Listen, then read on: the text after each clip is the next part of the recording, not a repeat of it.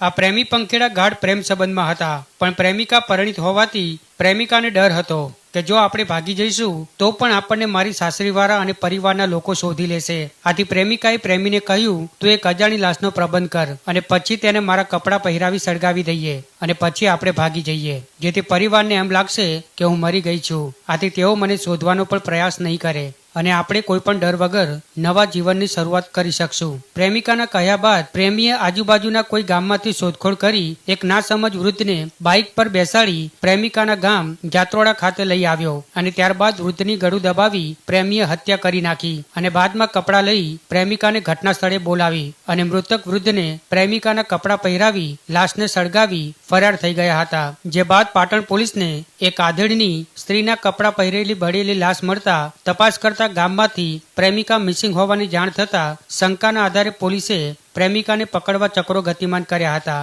અને આખરે પ્રેમિકાને પ્રેમી સાથે દબોચી લીધી હતી અને તેમની પૂછપરછ કરતા આ ચોંકાવનારું તથ્ય બહાર આવ્યું છે. પોલીસના જણાવ્યા અનુસાર પ્રેમિકાએ ઘટના પહેલાના 15 દિવસ પહેલા અજય દેવગણની ફિલ્મ દ્રશ્યમ જોઈ હતી અને તેના આધારે જ આ સમગ્ર પ્લોટ તૈયાર કર્યો હતો.